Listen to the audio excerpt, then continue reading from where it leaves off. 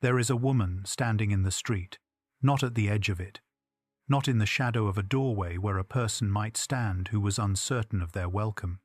In the middle of it, in the open air of one of the most crowded and consequential cities in the ancient world, with the smell of salt water coming off the harbour and the particular noise of several 100,000 people going about their mourning, and she is explaining the motion of the planets. The people listening did not all come looking for this. Some of them did. Others stopped because something in the quality of her attention made stopping feel like the right response. She is not performing. She is not declaiming in the rhetorical style that educated Romans used to signal their education. She is thinking out loud, in public, about difficult things, and the people around her can feel the difference. Her name is Hypatia. She lived in Alexandria, Egypt. In the years around 400 AD, she was a mathematician, an astronomer, and a philosopher who taught in the open as naturally as she taught in lecture halls, who drew students from across the empire, who advised the men who governed the most important city in the Eastern Roman world, and who was, by the most careful assessment the surviving evidence allows, among the last great scholars of late antiquity, and arguably its most visible. She was also killed, in broad daylight, in a street she had walked her entire adult life, by a crowd whose actions the historical record preserves with enough detail to be deeply disturbing.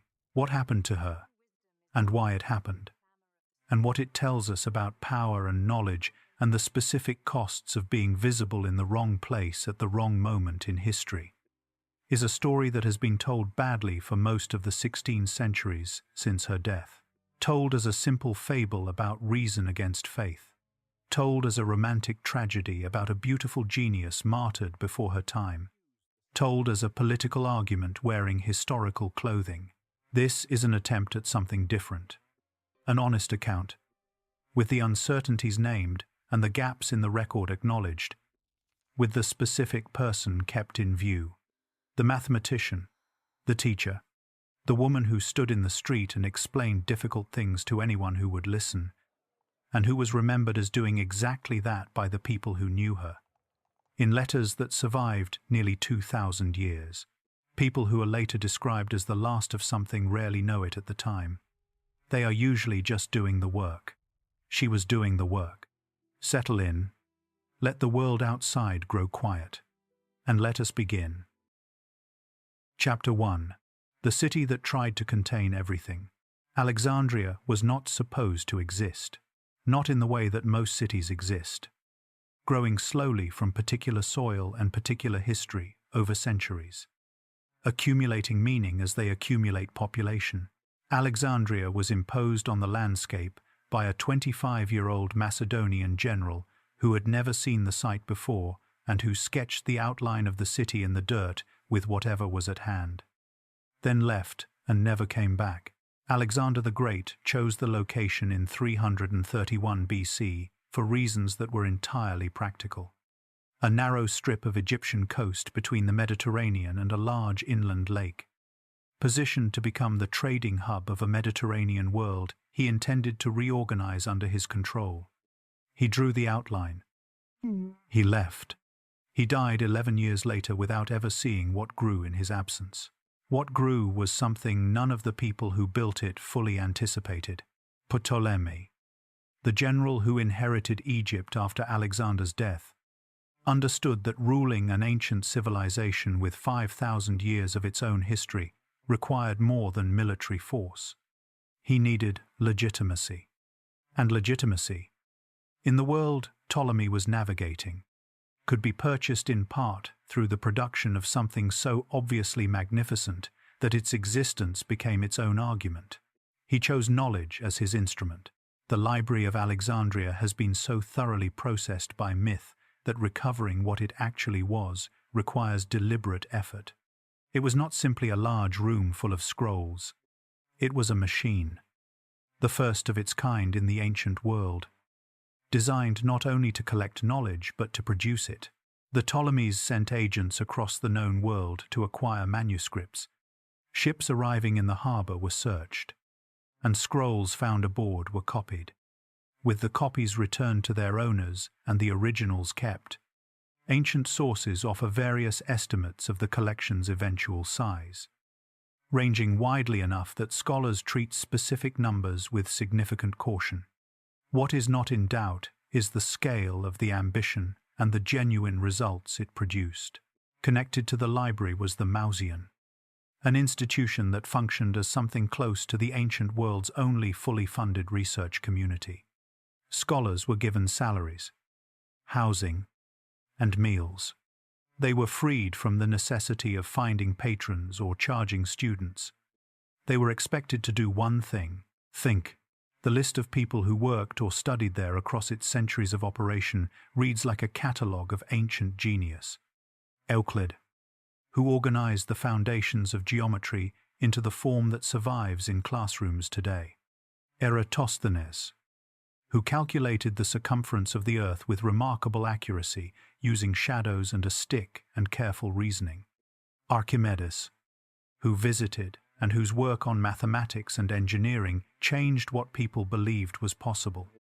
Aristarchus, who proposed that the Earth moves around the Sun nearly 2,000 years before Copernicus reached the same conclusion. What the library produced was not only knowledge, it produced a habit of mind, a way of approaching questions by assembling the best available evidence, subjecting it to rigorous examination, and following the argument wherever it led, regardless of what the conclusions might mean for existing beliefs. In a world where most questions about nature and human life were answered by tradition and authority and the accumulated weight of what had always been believed, Alexandria was the place where you could ask the question first and find the answer second. That habit of mind is what Hypatia inherited. It is what she practiced every day of her adult life. And it is, ultimately, what made her dangerous to the people who needed the questions to stop. By the time she was born, somewhere around the middle of the 4th century AD, the Mauseon's golden era was long past. The library had endured significant losses across the centuries of Roman rule. Though the popular image of a single catastrophic burning does not match the historical evidence carefully examined, ancient libraries did not die in fires. They died when the people who knew how to read them stopped coming. What remained in Hypatia's Alexandria was the tradition, carried in the philosophical schools, passed from teacher to student in an unbroken chain, reaching back to the Mauseon's most productive years. The city itself remained formidable. Its harbour was one of the busiest in the Mediterranean. Its population, which ancient sources suggest was among the largest in the empire, though precise figures involve real uncertainty, was one of the most diverse concentrations of humanity in the ancient world. Greeks who had been in Egypt for centuries and still called themselves Greek, native Egyptians whose culture predated Alexander by several thousand years, Jewish communities whose presence dated back to the city's founding, and now, in increasing numbers, Christians, whose relationship to the older intellectual traditions of Alexandria was still being negotiated in ways that would prove, in Hypatia's lifetime, to have been negotiated very badly. This was the world she was born into. Not the library at its height, but the tradition the library had established. Not the Mauseon, but the habit of mind the Mauseon had produced. A city of 7 centuries of accumulated complexity, sitting on a narrow strip of Egyptian coast, watching the world around it make choices about which kinds of knowledge would be allowed to matter. She grew up watching those choices being made. She spent her adult life teaching against them, and the city she never left was, in the end, the city that could not contain her. Before any of that, there was a father, and a set of scrolls, and a girl who turned out to be better at this than anyone expected, including, possibly, the man who taught her. Chapter 2. Theon's daughter. Theon of Alexandria was a man who spent his professional life doing work that most people never notice, and that almost everyone depends on. He was a mathematician and astronomer, working in Alexandria in the second half of the 4th century AD. a member of what remained of the Mausian community. Not a discoverer of new theorems, not a maker of dramatic breakthroughs, a man who did the patient, exacting work of taking difficult texts and making them usable, finding the errors that had crept into manuscripts across centuries of copying, writing the explanatory commentary that allowed a student approaching Euclid or Ptolemy for the first time to follow the argument without losing the thread. His most significant surviving work is a careful, revised edition of Euclid's Elements, annotated with the specific goal of making it more teachable. For more than 1,000 years after his death, the version of Euclid that most mathematicians in Europe and the Islamic world read was Theon's version. His name was not always attached to it. The work persisted anyway. He was also, at some point, the historical record does not specify precisely, raising a daughter alone. The ancient sources do not preserve the name of Hypatia's mother or the circumstances of her absence from the record. What they preserve, across several texts of varying reliability and varying distance from the events, is the outline of an education that Theon designed and delivered with a deliberateness that was, in the world of late 4th century Alexandria, genuinely radical. To understand how radical, you need to understand what education meant for women in that world. It meant, for the overwhelming majority, almost nothing in the formal sense. The philosophical and mathematical traditions that Theon worked inside every day were not traditions that had any structural place for women.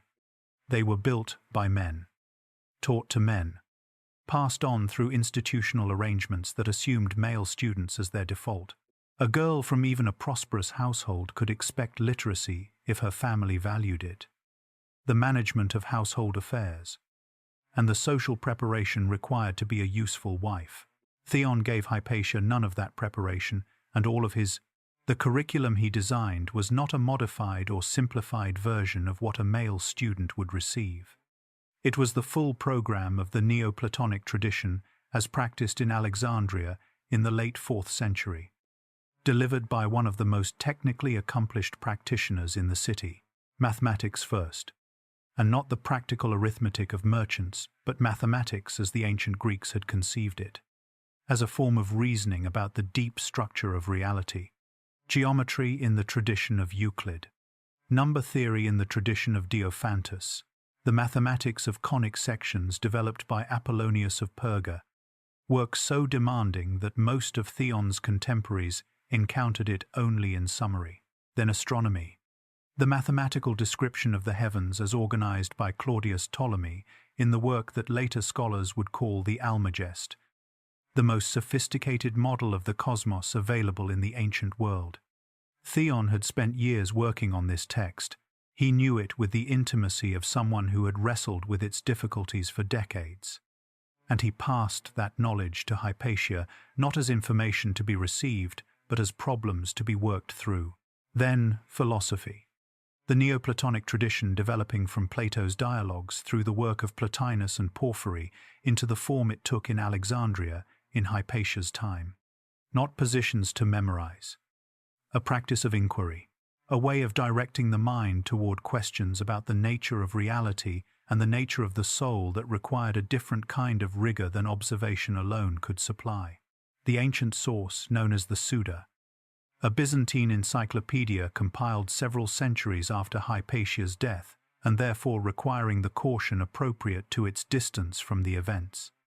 Records that Theon also gave his daughter physical training alongside her intellectual formation. The details it preserves cannot be independently verified in sources closer to the period. What can be said more confidently is that the woman the ancient sources describe moving through Alexandria, teaching publicly, engaging with powerful men on equal intellectual terms, carried herself with a physical ease and presence that multiple sources remark upon as unusual.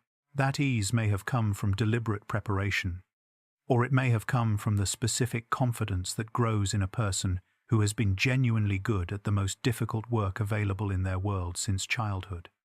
The two are not mutually exclusive. Here is the question worth sitting with, though. Before we accept the comfortable picture of Theon as the enlightened father who simply saw past his world's limitations, Theon needed an heir. Not a biological heir in the conventional sense, an intellectual one. He was a man who had given his working life to a tradition he believed mattered enormously. A tradition he could see was under pressure from the changing religious and political landscape of the empire. He needed someone to carry that work forward. His daughter, who appears from the evidence to have been exceptional from very early, was the most capable person available for the role. The love was real. The need was also real, and Hypatia's remarkable access to the full intellectual tradition, the access her world would otherwise have denied her entirely, came packaged with expectations she had not chosen any more than she had chosen her father. She was formed for a purpose, that she exceeded the purpose, that she became not simply the continuation of her father's work, but something he had not anticipated. Does not mean the purpose was not there from the beginning. She stayed in Alexandria after completing her education. She had been to Athens. The sources suggest, for part of her formation. She returned. She opened her own school. She began to teach. The door was open. The students were coming. Chapter 3. What she actually knew. The easiest mistake to make about Hypatia is the mistake of abstraction, saying she was brilliant. She was learned. She was one of the finest minds of her era, and leaving those words to float in the air without the specific weight of what they actually meant. What problems she solved, what texts she made usable, what questions she was working on in the years before the world intervened. The historical record here requires honesty up front. None of Hypatia's original works survive intact under her name, in a form that can be attributed to her with complete certainty. What survives is a set of works attributed in whole or in part to her by ancient and medieval sources, plus the letters of her student Synesius of Cyrene, whose descriptions of her teaching are specific enough to give a real picture of what she was doing. Working from this evidence, scholars, including Michael Deakin, whose careful modern assessment of her mathematical contributions remains one of the most rigorous available, have reconstructed a reasonably clear account of her intellectual work. The reconstruction involves inference, and the scholarly literature contains ongoing debates about the precise extent of her individual contributions versus those of her father or her school. What follows reflects the current scholarly consensus, while noting where that consensus involves genuine uncertainty. Her most significant surviving contribution, in the assessment of scholars who have examined the mathematical evidence carefully, is her commentary on the Arithmetica of Diophantus of Alexandria. Diophantus had worked in Alexandria several centuries before Hypatia, and his Arithmetica was one of the most technically demanding texts in the ancient tradition. It dealt with what we would now call number theory and algebra, problems involving equations and their solutions that required both computational skill and genuine theoretical insight. Hypatia's commentary did not simply explain what Diophantus had written. It clarified his methods, identified errors in the existing text, and added worked examples that made the material accessible to students who could not follow the original without guidance. This kind of work is easy to undervalue from a modern perspective, where new results are the primary mark of mathematical achievement. But in the world of late antiquity, where the preservation of knowledge was under constant pressure from political instability and the changing priorities of institutions, the work of making difficult texts genuinely teachable was not secondary to original research.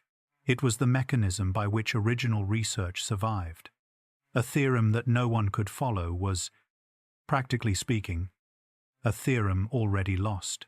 She also produced a commentary on the conics of Apollonius of Perga.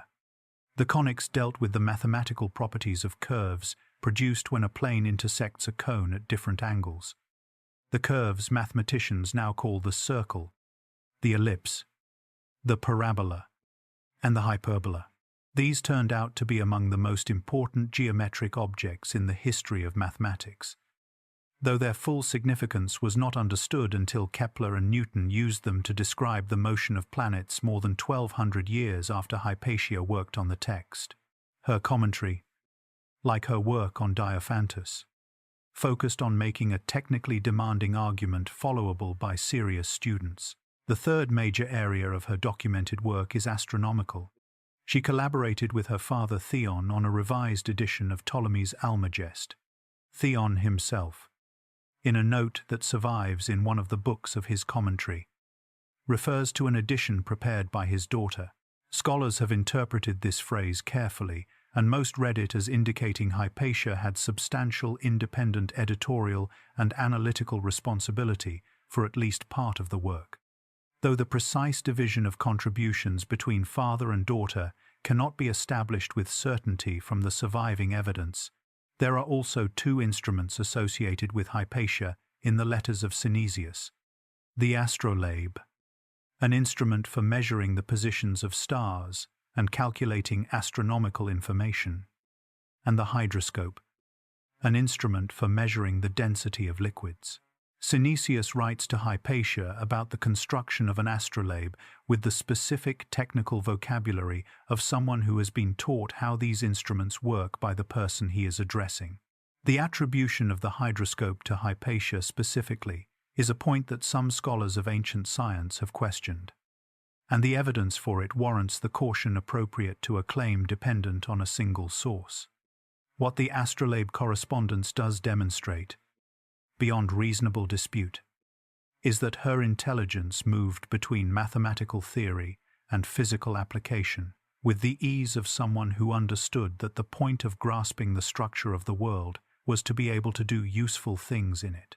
One more thing about her intellectual tradition needs to be said clearly, because the romantic version of her story sometimes obscures it. The Neoplatonic framework she worked in was not moving toward what we would now call modern empirical science.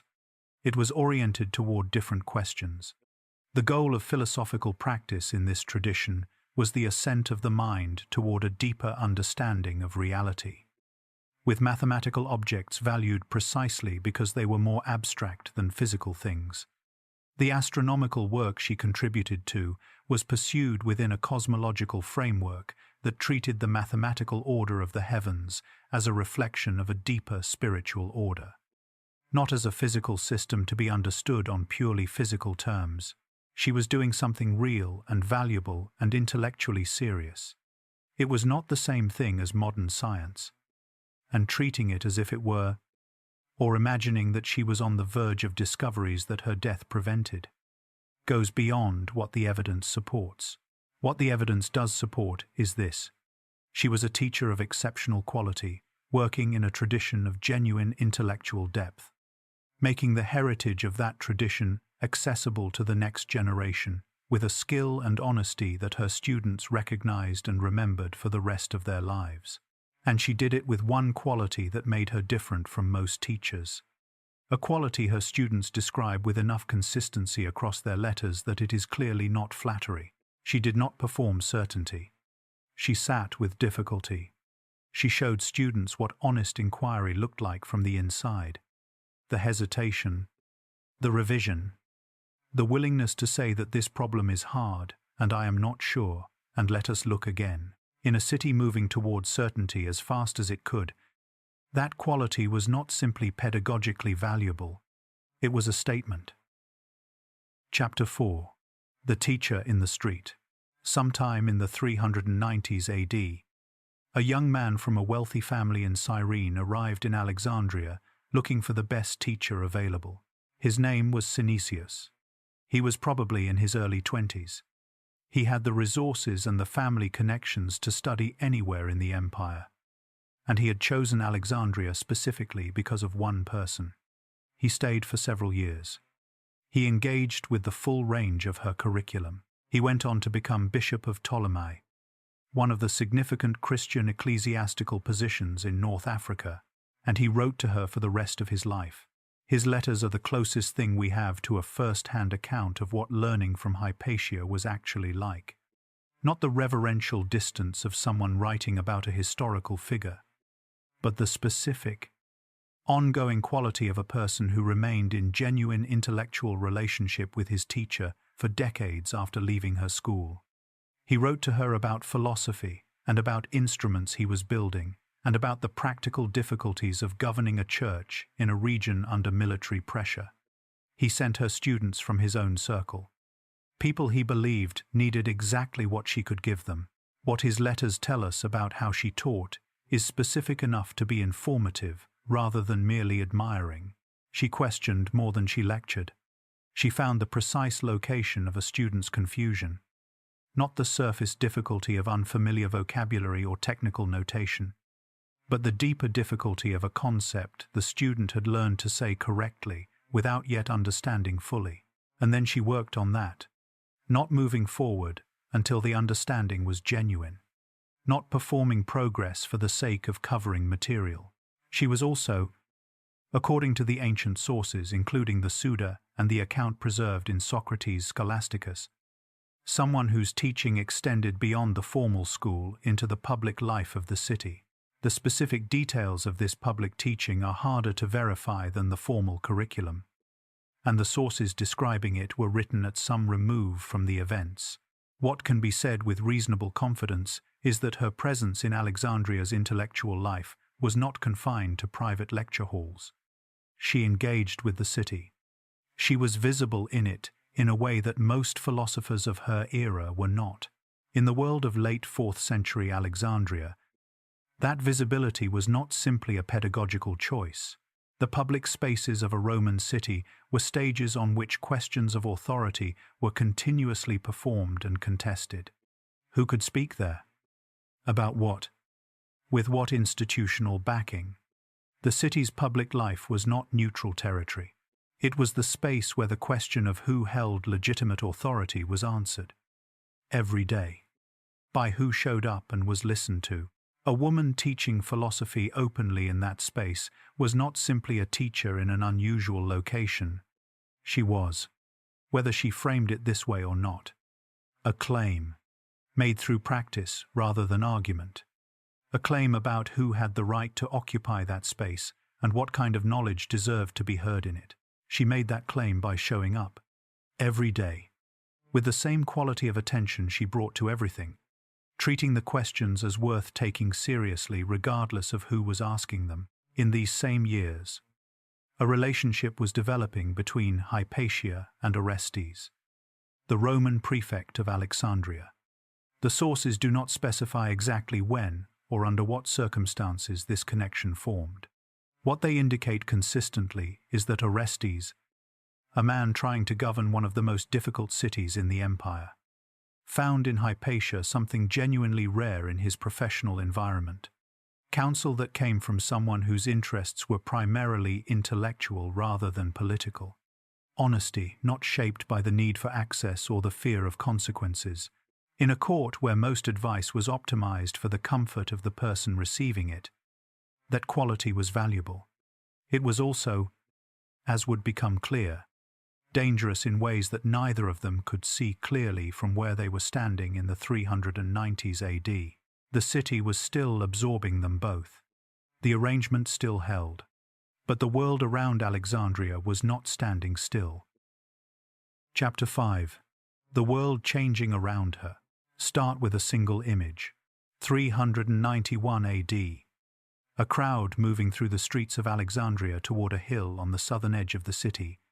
At the top of that hill stands the Serapeum, the great temple of the god Serapis, one of the most magnificent religious structures in the ancient world. The temple has stood for centuries. It houses a significant library collection. It is the symbolic heart of the old Alexandria, the Alexandria that had spent 7 centuries trying to contain everything. By the end of that day, it is rubble. The Bishop Theophilus of Alexandria oversaw the destruction with imperial authorization. The library collection the Serapeum housed was scattered. A church was built on the cleared site. What had been the most visible symbol of the old intellectual and religious culture of Alexandria was replaced, deliberately and quickly, with a symbol of the new order. Hypatia was probably in her 20s when this happened. She was already teaching. She watched it and continued, "Hold that image. We will need to return to it." Because everything that happened to Hypatia in the following 20 years grew from the same root as the destruction of the Serapeum. And understanding what that root was requires stepping back from the specific event and looking at the larger reorganization of power that produced it. There is a version of Hypatia's story that frames what happened to her as a conflict between science and religion. The rational tradition of ancient philosophy on one side, the intolerant faith of early Christianity on the other. This version has been told since the 18th century by some of the finest writers of the Enlightenment. It has emotional clarity. It has political usefulness depending on what argument you want to make with it. It is also, as historical analysis, a significant oversimplification. And the oversimplification matters, because the version that is actually accurate is more complicated and more disturbing, and ultimately more honest about how power works and what it does to the people who get in its way. Hypatia was not killed because religion is hostile to knowledge.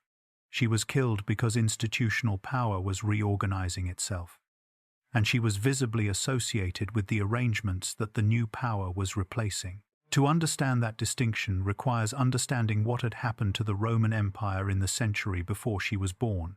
In 312 AD, the Emperor Constantine attributed his victory over a military rival to the intervention of the Christian God, and began transforming Christianity from a persecuted minority into the preferred faith of the imperial house.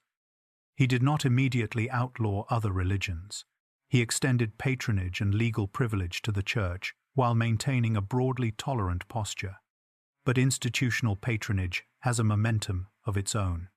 The Church, now connected to imperial power in ways it had never been, began to build basilicas, bishoprics, a hierarchy that extended across every major city with organizational capacity and intergenerational continuity that the philosophical schools, dependent on individual teachers and private support, could not match. Then, in 380 AD, the Emperor Theodosius issued what historians call the Edict of Thessalonica. It declared that all peoples under Roman rule should follow the form of Christianity that the bishops of Rome and Alexandria taught. This was not a declaration of tolerance. It was a withdrawal of legitimacy from everything else. The practical effects in Alexandria unfolded the way they always unfold when a major reorganization of institutional authority arrives in a city where multiple communities have deep stakes in the existing arrangements. Gradually at first, then, in 391 AD, all at once, the crowd on the hill, the Serapeum coming down, a church going up in its place. What that event communicated was not a set of explicit prohibitions. No edict was issued banning philosophy. No law was passed against the study of mathematics. The communication was more fundamental than that. It was a demonstration, staged in the most public possible way, of where authority now resided and what that authority was prepared to do to the symbols of the traditions it was displacing. Hypatia watched and continued teaching. The choice to continue, in the specific environment that existed in Alexandria after 391 AD, was not a passive choice. It was a decision to keep doing the thing she was doing in a city that had just demonstrated, very clearly, what happened to the symbols of the tradition she represented when the new institutional authority decided it was time for them to go. Perhaps she continued because the philosophical tradition she worked in had no concept of retreat she could recognize as honorable.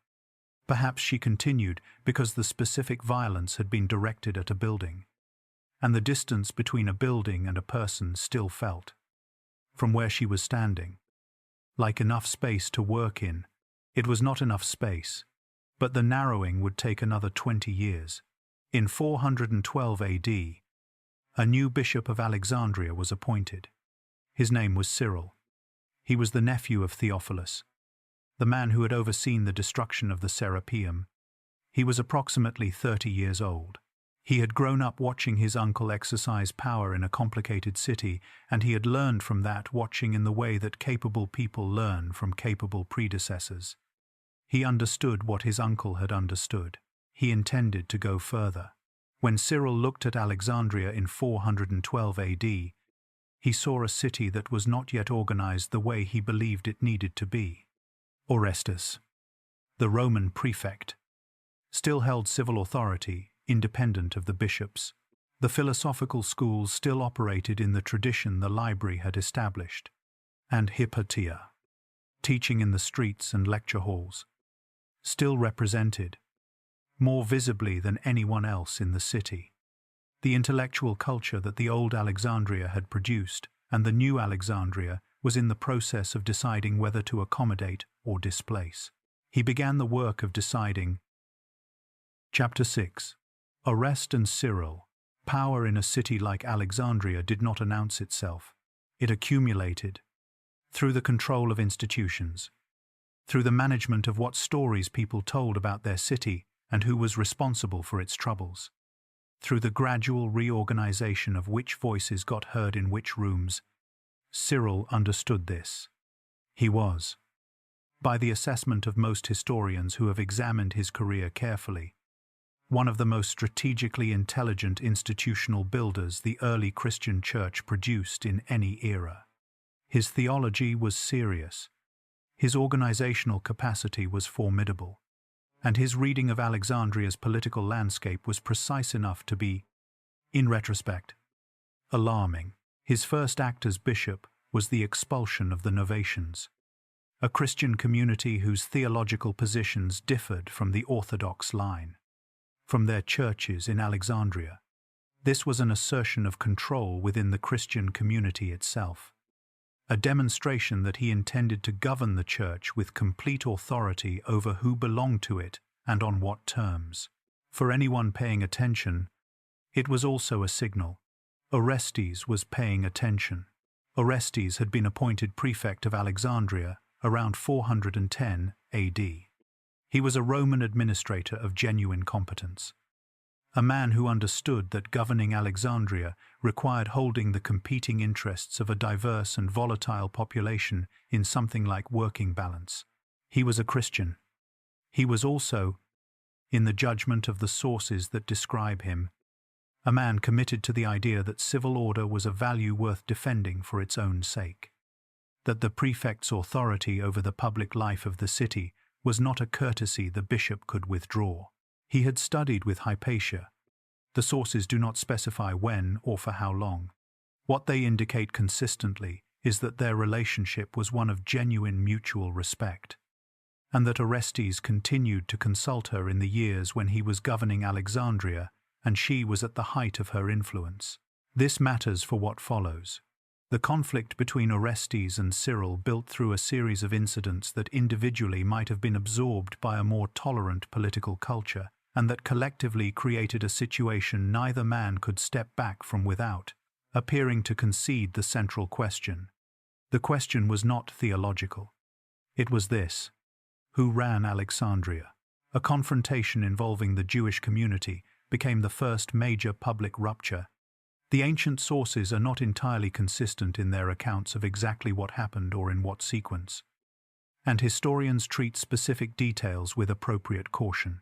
What the sources agree on is that the incident escalated, that Cyril responded by expelling the Jewish community from the city, an act affecting a population that had been present in Alexandria since its founding, and that Orestes responded by reporting the expulsion to Constantinople as an overreach of episcopal authority. Cyril's expulsion of the Jewish community was an act of enormous scope.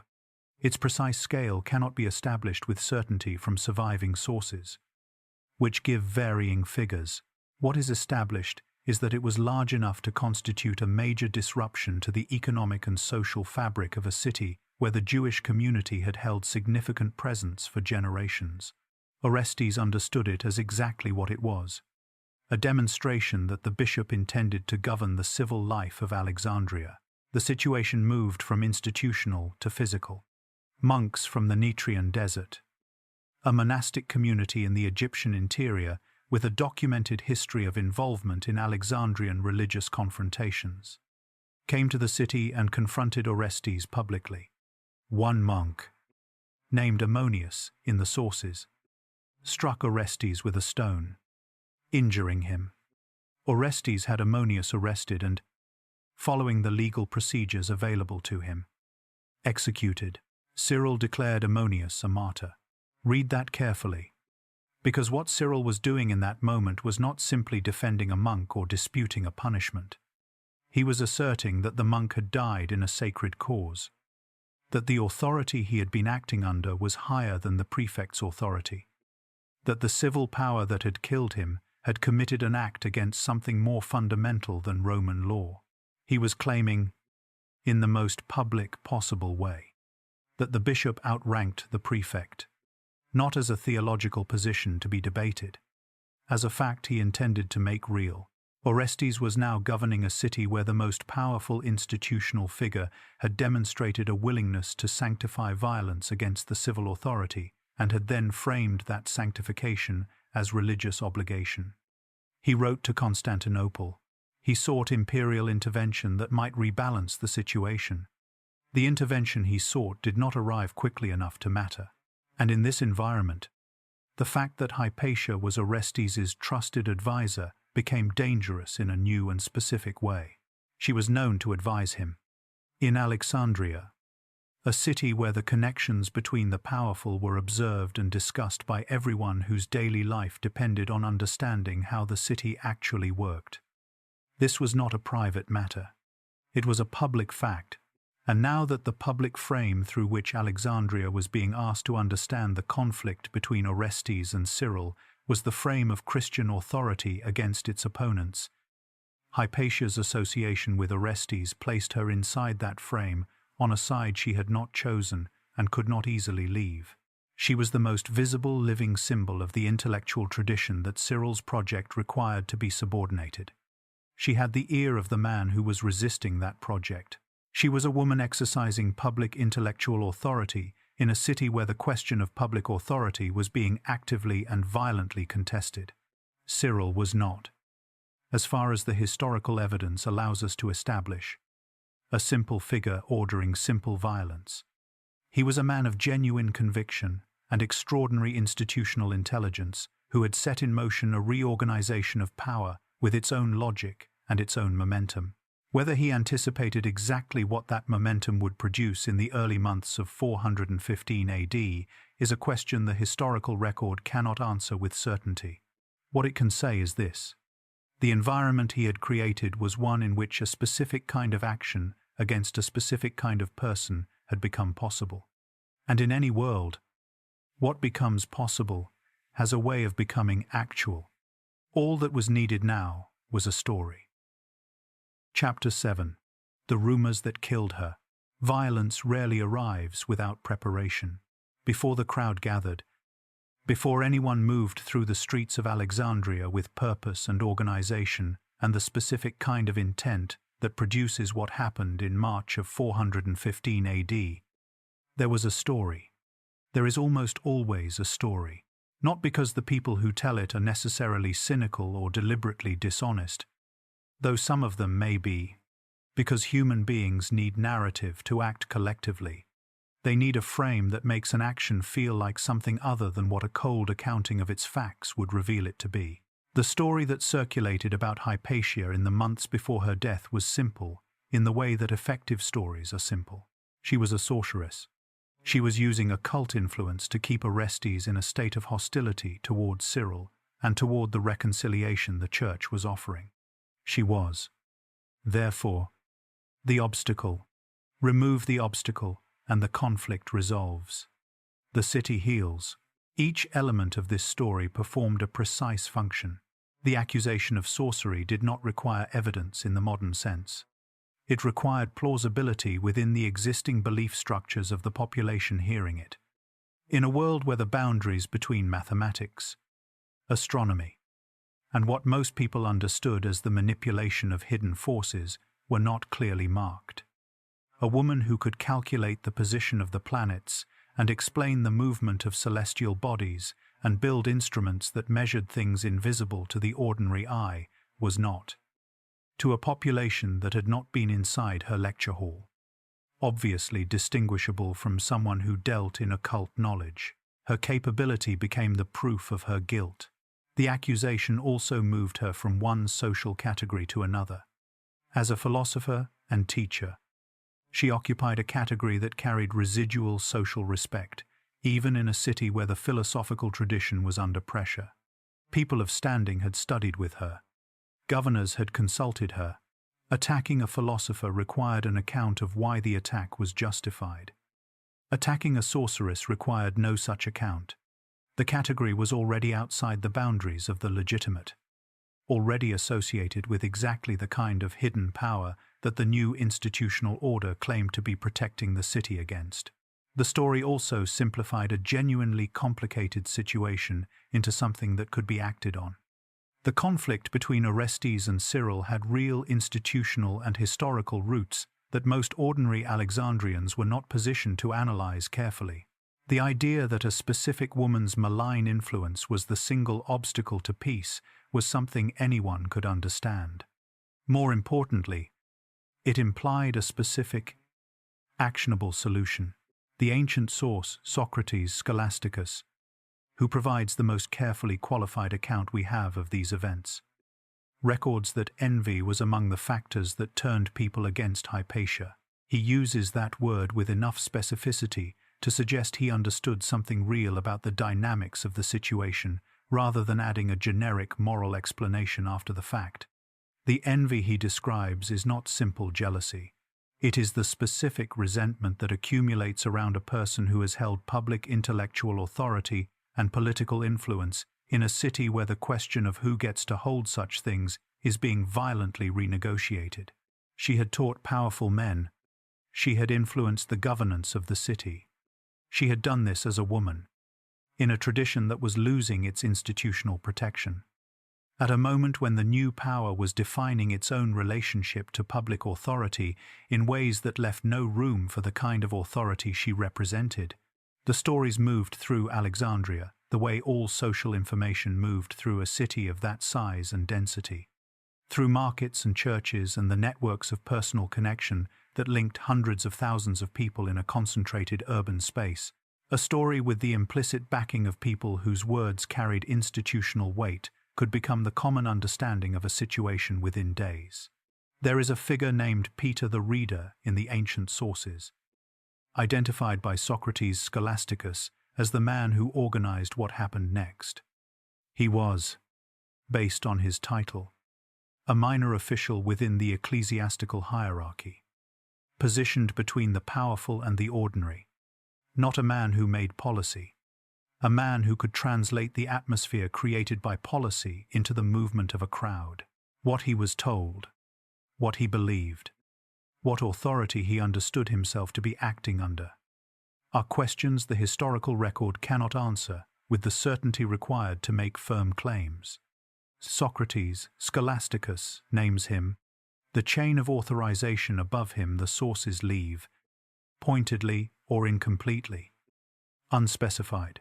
What can be said is this: the story had been told, the target had been identified, the framework within which action against her could be understood as something other than simple murder had been constructed and distributed through the networks of a city primed to receive it. The Nitrian monks were still in Alexandria. They had already demonstrated a willingness to use violence on behalf of what they understood as the cause they served. And the prefect who might have protected her was isolated, his authority undermined, his appeals to Constantinople unanswered. March arrived. The early spring light came off the Mediterranean in the specific way it comes off water, in a place that has no reason to know what is about to happen in its streets. Hypatia went out into the city. She moved through it the way she had always moved through it. In the public spaces that had been her classroom and her stage and her daily life for more than 20 years. She was visible, as she had always been visible. Because visibility had been from the beginning one of the constitutive choices of her public life, it was the last morning she would be visible. What happened next? The sources preserve. Chapter 8. March, 415 AD. This chapter will be short, not because what happened was a small thing, because the most honest way to record what was done to a real person in a real street is to record it plainly, without the amplification that turns documented violence into dramatic spectacle, and in doing so makes it easier to process as story rather than as fact.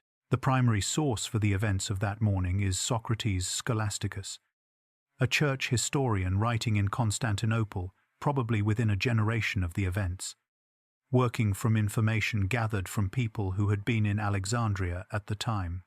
He was a Christian historian, not a writer hostile to the church. And what he records with evident discomfort. That discomfort is itself historically significant. It tells us that even among people who were not sympathetic to Hypatia's philosophical tradition, what happened was understood as something that required accounting. A second source is John of Nicaea, an Egyptian bishop writing approximately 2 centuries after the events. His account diverges from that of Socrates Scholasticus in ways that reflect both theological sympathy and the distortions of significant temporal distance. Historians treat his version with correspondingly more caution, particularly where it diverges in ways that appear to serve apologetic purposes. The philosopher Damascius, writing in the early 6th century in his biography of the philosopher Isidore, provides additional details not found in the other sources. His account is valuable, but requires the caution appropriate to a writer working from a tradition that had its own reasons to present Hypatia in a particular light. Drawing on these sources with the care they require, here is what the evidence supports. In March of 415 AD, Hypatia was traveling through Alexandria. A group of men, described by Socrates Scholasticus as having been organized with evident purpose, intercepted her vehicle and dragged her from it. They brought her to a church identified in the sources as the Caesareum, a building constructed originally as a temple to the imperial cult and converted to Christian use. Inside or near that building, she was killed. The manner of her death is described in the ancient sources with details that make clear it was not quick. Socrates Scholasticus records that her body was torn apart and the remains burned. Damascius adds further details that historians have examined carefully for the distinction between literal documentation and rhetorical elaboration. The core facts: that she was killed by an organized crowd, that the killing was deliberate and prolonged, that it occurred in or near a church in a city where she had taught for more than 20 years, are not seriously disputed by scholars who have examined the evidence. She was somewhere between her mid-40s and her mid-60s, depending on which scholarly estimate of her birth year is closer to accurate. She had taught in Alexandria for approximately 2 decades. Synesius had died 2 or 3 years before her. He was spared this particular knowledge. The response of the civil authorities was not swift. Orestes disappears from the historical record around this time, either reassigned by Constantinople or simply unable to continue functioning in a city where his authority had been so thoroughly undermined. The ancient sources do not record a trial. They do not record arrests or convictions or any formal accounting for what had been done. Peter the reader does not appear in the record again in a way that suggests he faced consequences. Cyril does not appear in the surviving sources as having condemned what happened. He also does not appear as having celebrated it. He appears, in the record of the weeks and months following, as a man who continued the work he had been doing before it happened. The imperial court in Constantinople conducted some form of investigation. The investigation produced no significant consequences that the historical record preserves. Socrates Scholasticus writes that what had been done brought great reproach not only on Cyril but upon the whole Alexandrian church. That sentence is the closest thing to a contemporary judgment of the event that the record offers. Not a sentence of punishment. An observation about reputation. It suggests that even people who were not sympathetic to what Hypatia represented understood that the manner of her death was something that required distance from the people most associated with it. No one was held accountable. The street continued to be a street. The city continued to be a city. The spring continued its indifferent progress along the Egyptian coast. And the woman who had stood in those streets for more than 20 years and explained difficult things to anyone who would listen was gone. That is what the record tells us. It is enough. Chapter 9. What the silence meant. The morning after Hypatia died, the harbour was still full of ships. The markets opened. The aqueducts ran. The enormous administrative machinery of one of the most important cities in the Roman Empire continued with the specific indifference to individual human lives that large institutions have always maintained. Hundreds of thousands of people went about their mourning, and the absence of one woman, however significant she had been, did not stop the city. But walk through that city 6 months later, and something would feel different. Walk through it a year later, and the difference would be harder to ignore. Not in the markets or the harbour or the administrative buildings where the empire's paperwork moved from office to office.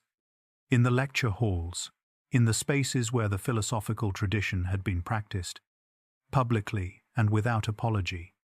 For as long as anyone in the city could remember, the scholars were beginning to leave. Not all at once. Not in a single organized departure that anyone announced or recorded as a collective decision. Un by un. Across the years following 415 AD, the people who had been continuing the philosophical tradition Hypatia represented found that Alexandria was no longer the city where that tradition could be sustained with the same quality of openness it had previously required. Some went to Athens, where the Platonic Academy continued to operate for another century. Some went to other cities in the Eastern Empire where philosophical communities still had enough institutional protection to function. Some simply moved inward, teaching smaller groups in private spaces, reducing their public presence as a practical response to what public presence had cost the most publicly present person among them. The departure was gradual, and the reasons varied from person to person. But the pattern across the years following 415 AD is consistent enough that historians of late ancient philosophy have identified it as a real phenomenon rather than a coincidence of individual decisions. Whether Hypatia's death was a direct cause of this contraction, or whether both the death and the contraction were expressions of the same underlying shift in the city's political environment, is a question historians have examined carefully. And the honest answer is that the relationship was probably both, her death accelerating a process that was already underway rather than initiating it single-handedly. What can be said with confidence is that the visible, publicly practiced philosophy of the Alexandrian tradition became a quieter and more cautious thing in the years that followed. This is the first dimension of the silence that followed her, and it matters to understand precisely. No edict was issued banning philosophical teaching. No law was passed against the study of mathematics. What happened was subtler and more effective than explicit prohibition, a demonstration of what could happen to the most accomplished and the most visible person in a particular space communicated something that no written rule needed to state. The communication was received. A demonstration of this kind does not require repetition to be effective. It requires only that it be understood. There is a second dimension of the silence worth examining. The silence around Hypatia's name in the official and semi-official records produced by the institutions that held authority in Alexandria after her death. The church histories written in the following decades deal with the events in Alexandria during this period in ways that range from brief and uncomfortable acknowledgement to studied omission. Cyril, who became one of the most significant theologians in the history of the early church, whose writings on the nature of Christ shaped doctrine in ways still felt in Christian theology today, was declared a doctor of the church in 1682 AD. The events of March 415 AD occupy a very small space in his official ecclesiastical biography. This is not best understood as a deliberate conspiracy of erasure. It is something more ordinary and in some ways more troubling. It is the natural operation of institutional memory, which preserves what serves the institution's self-understanding and allows other things to recede without any single decision being made about the receding. Cyril's theology served the Church's ongoing self-understanding across centuries. The circumstances of Hypatia's death did not, and so it was allowed to grow quieter with each generation of copying and selection and institutional curation. The library, or what functionally remained of it, continued its slow dissolution across the following decades. The process that had been underway since the Roman conquest, the loss of patronage and the scattering of collections, and the gradual departure of scholars who knew how to use what was preserved, continued without the specific person who had most clearly embodied the library's intellectual tradition in its final living form. After her, there were scholars in Alexandria. There were teachers and students and people doing serious intellectual work within the tradition she had worked in. But the specific combination of public visibility, institutional connection, and intellectual accomplishment that had made her the central figure in Alexandrian intellectual life for a generation was not reassembled. The conditions that had made it possible no longer existed in quite the same configuration. In 444 AD, Cyril died. He had governed Alexandria for 32 years after Hypatia's death.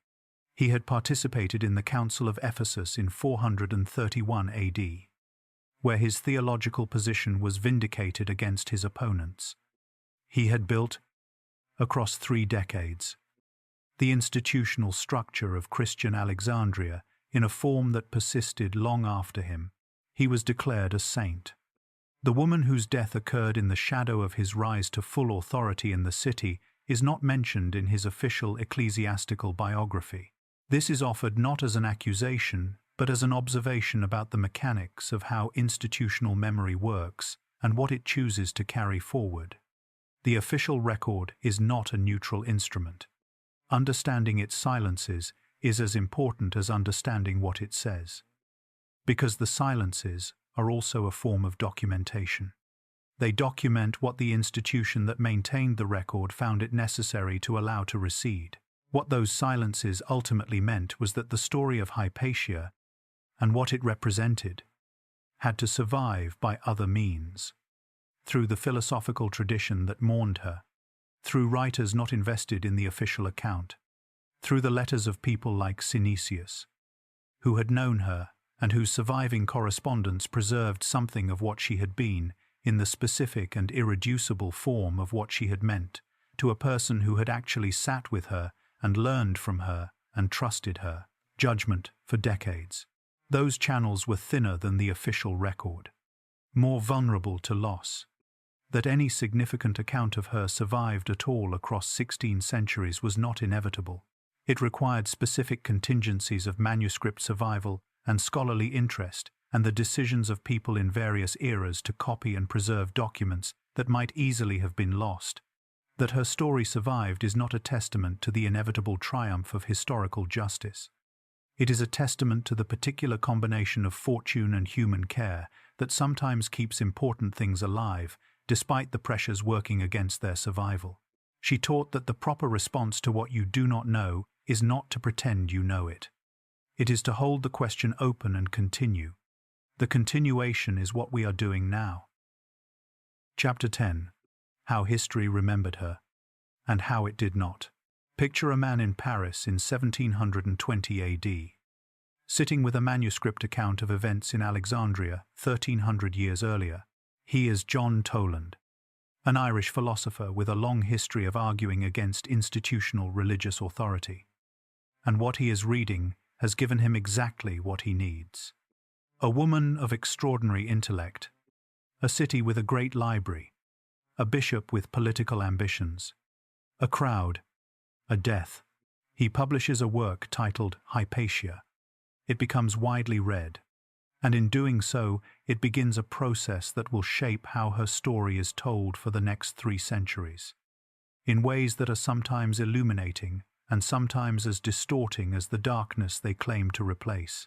Hypatia died in 415 AD. The first substantial account of her life, intended for a broad audience, appeared more than 1300 years later.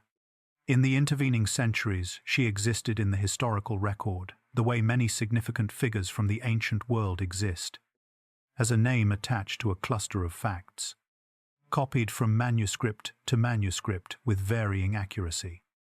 Preserved not because any institution had decided she was important enough to preserve deliberately, but because the texts that mentioned her happened to survive the accidents of manuscript history that claimed so many others. Then the Enlightenment found her. The European Enlightenment was a cultural movement that needed historical examples. It needed figures from the past who could serve as illustrations of reason opposed to superstition, of individual intellectual courage opposed to institutional religious authority. The philosophers, the French intellectual movement that represented the Enlightenment's most combative edge, were engaged in a sustained critique of the Catholic Church and its historical role in European intellectual life. And they needed the past to supply them with figures who could embody that critique in human form. Hypatia was precisely what they needed. Voltaire wrote about her.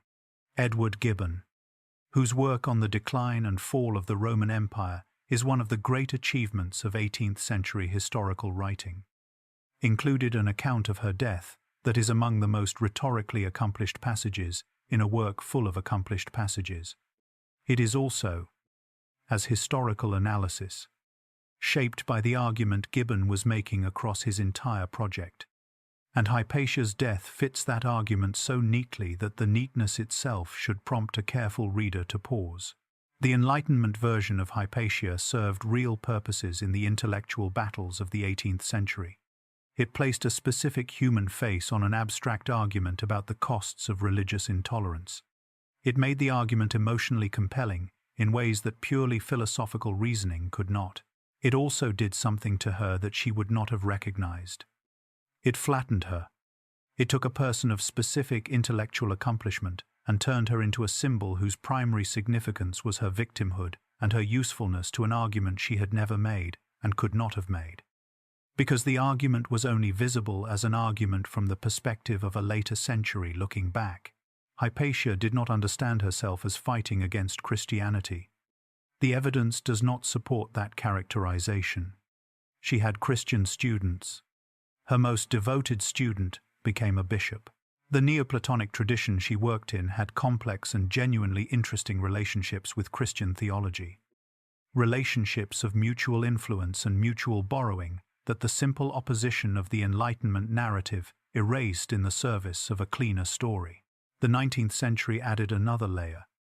As the first organized movements for women's rights developed in Britain and the United States, Hypatia was recognized as a figure of particular resonance.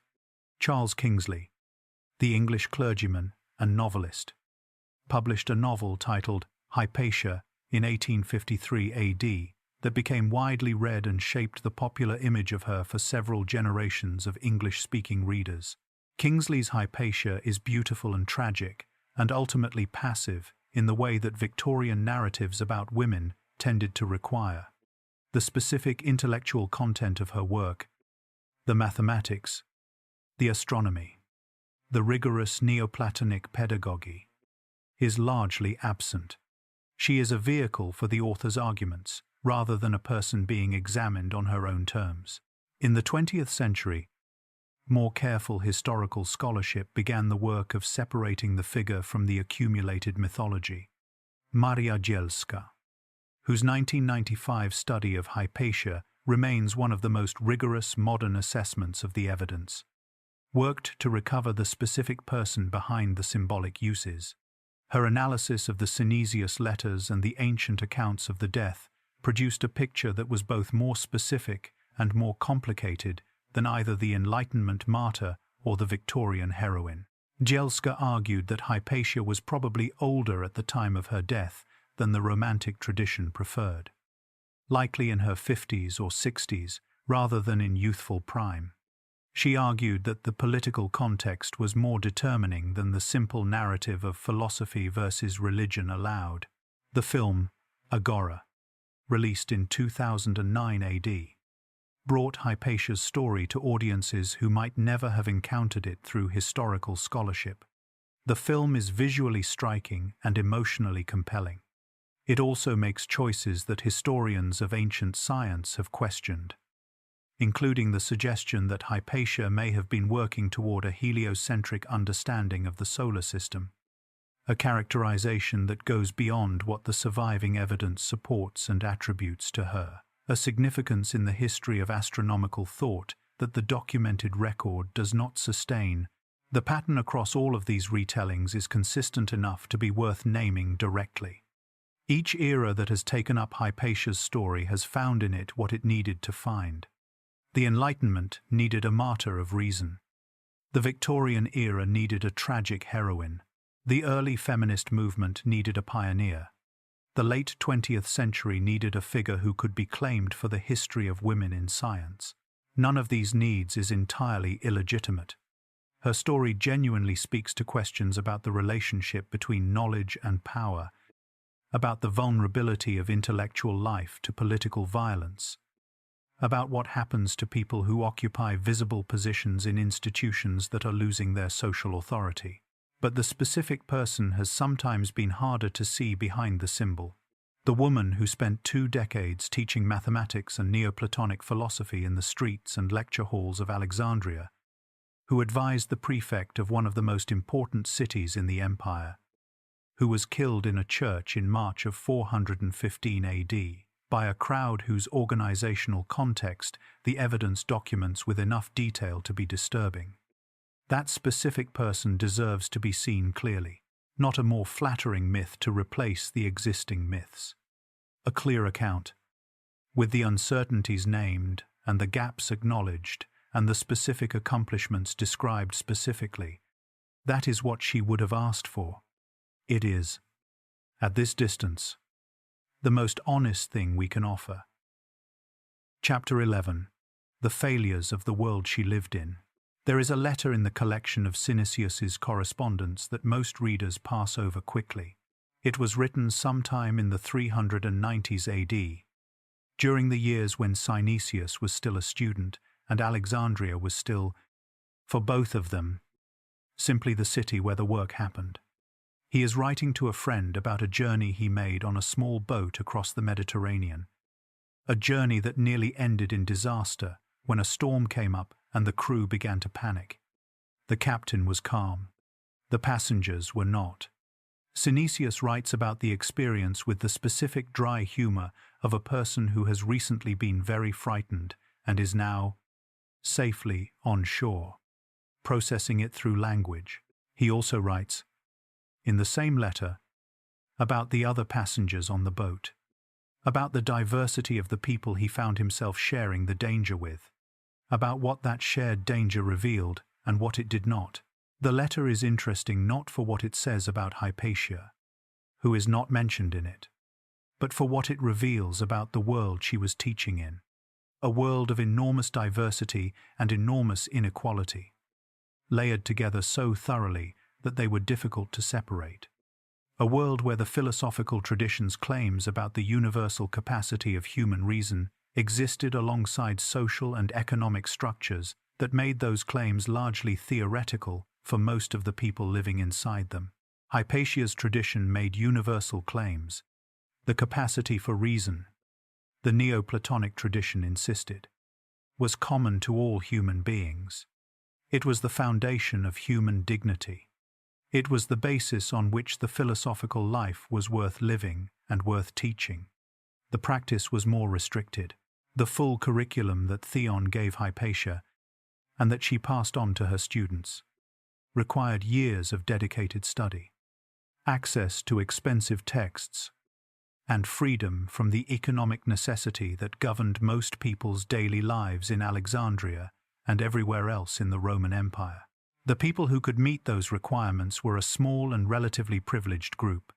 Synesius was one of them. The governor's advisors were among them. The philosophical tradition was, in practice, a tradition of and for the educated elite, available as a sustained discipline only to those whose material circumstances made sustained study possible. This is not a criticism unique to Hypatia or to Neoplatonism. It describes most intellectual traditions in most historical periods. The persistent gap between universal claims and restricted access. But in the specific context of Alexandria in the late 4th century AD, it matters for understanding what the tradition she represented was and was not. It was not a democratic movement.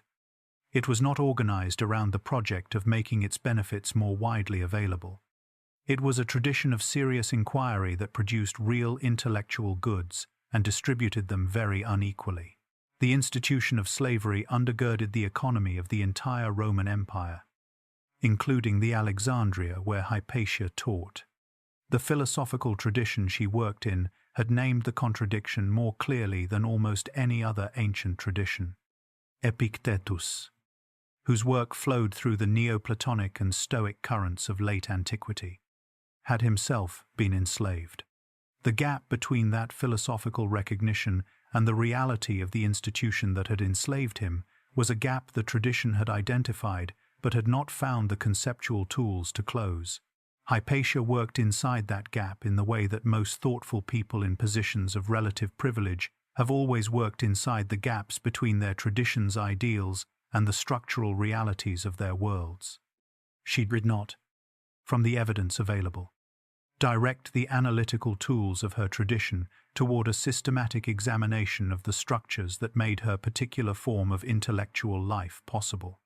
That is not a condemnation. It is an observation about the limits of what any person working fully within a tradition can see clearly when the tradition itself has built certain assumptions into its foundations. There is also a more specific limitation worth naming clearly, because the romantic version of her story sometimes obscures it. The Neoplatonic framework Hypatia worked in was oriented toward the ascent of the mind, away from the material world, and toward the abstract realm of pure reason and pure being. Mathematical objects were valued precisely because they were more abstract than physical things, closer to the ideal.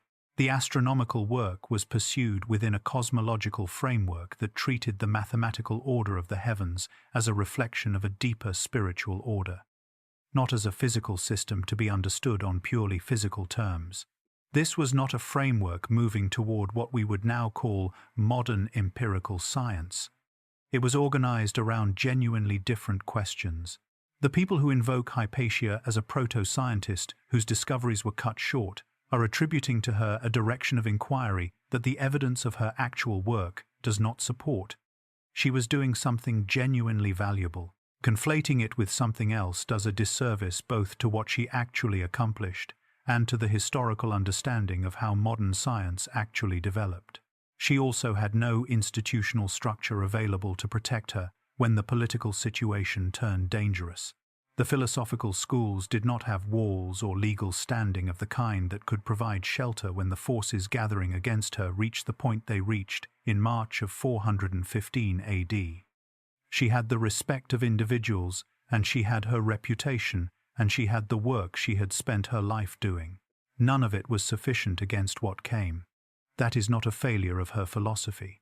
It is a description of what philosophy can and cannot do against certain kinds of organized institutional power. Those limits were real for Hypatia. They have been real for others in other times and places who found themselves in the specific position of being visibly associated with a tradition that the dominant institutional power needed to subordinate. The failures were the world's. She carried them anyway, for as long as she could.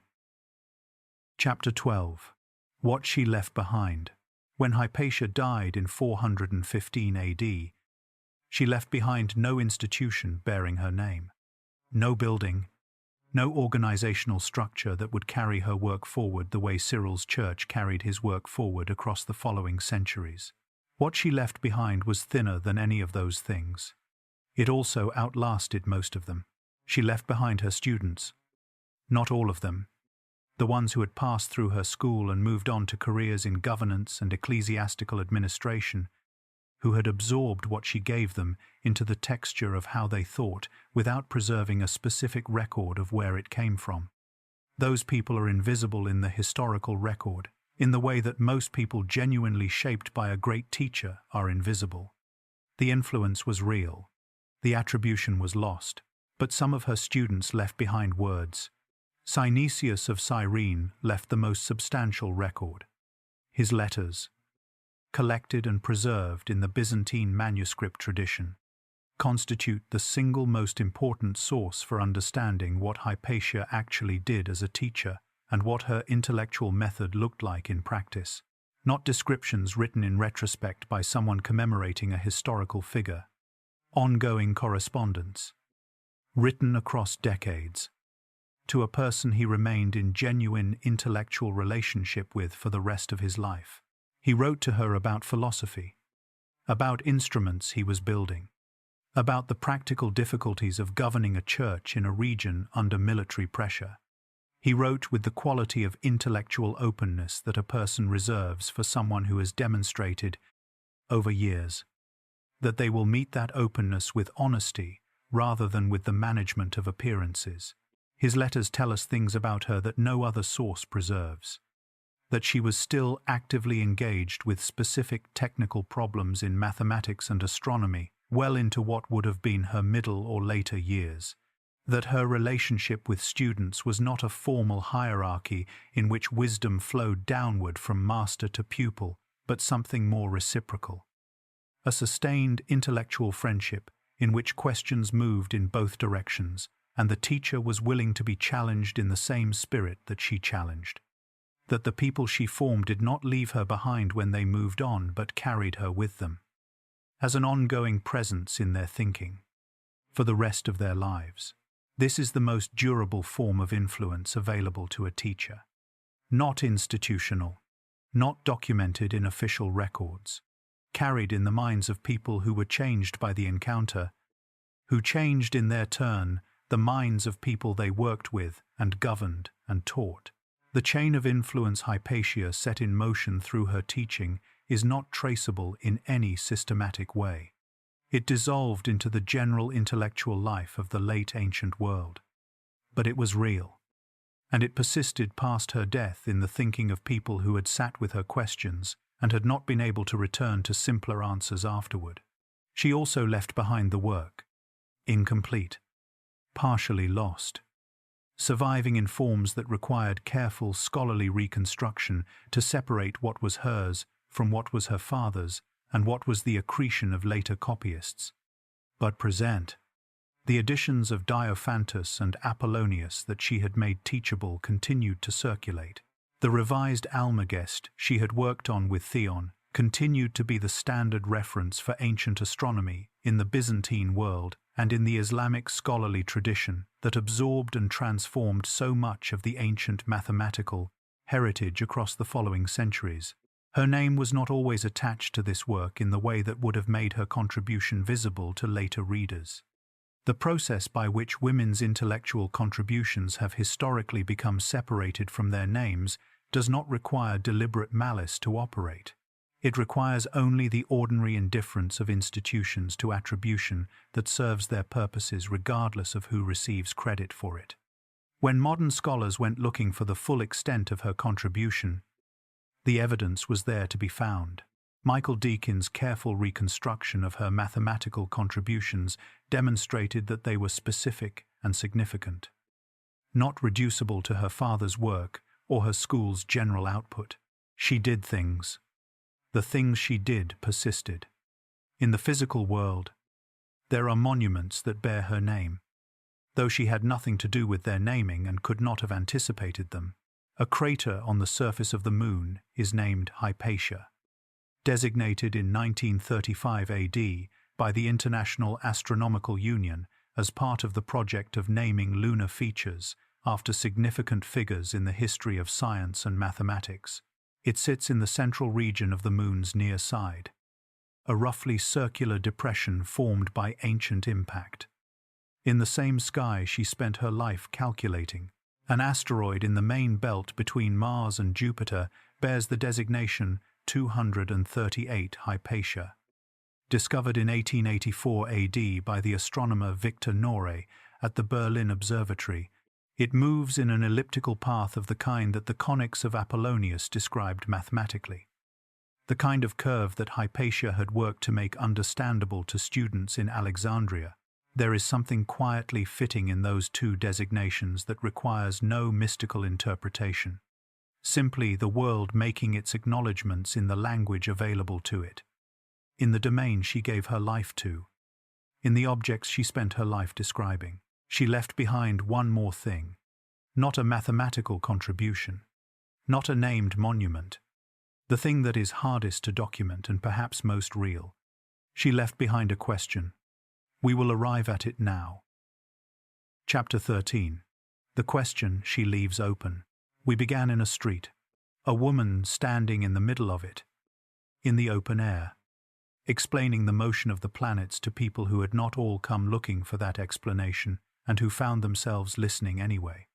The harbour smell coming in off the Mediterranean, the noise of several 100,000 people going about their morning, and in the middle of all of it, one person thinking out loud about difficult things, in public, because that was where she had always chosen to do it.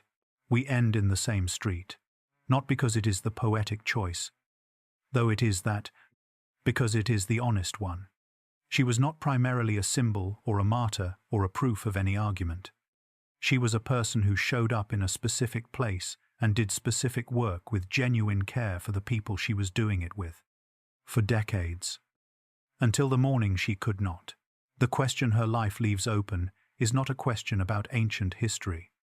Ancient history is where we encounter it. But the question itself is not contained there. It is this.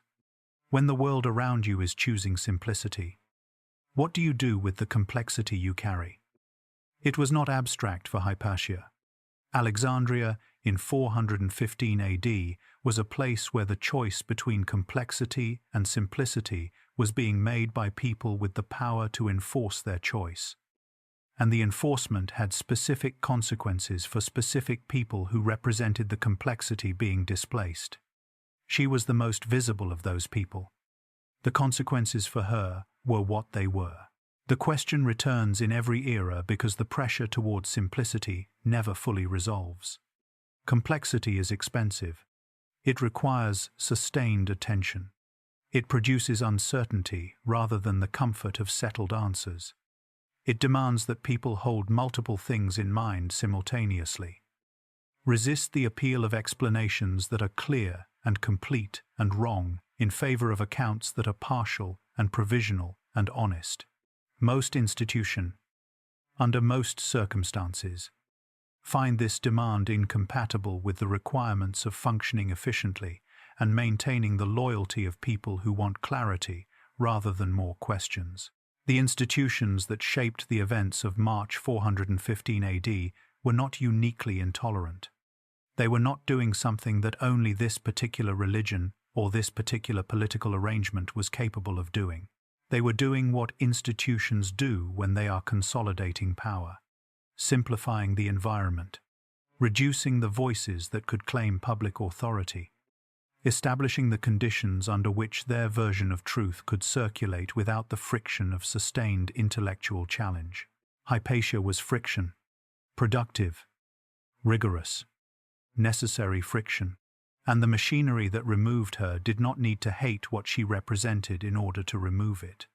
It needed only to find her presence incompatible with the project it was pursuing.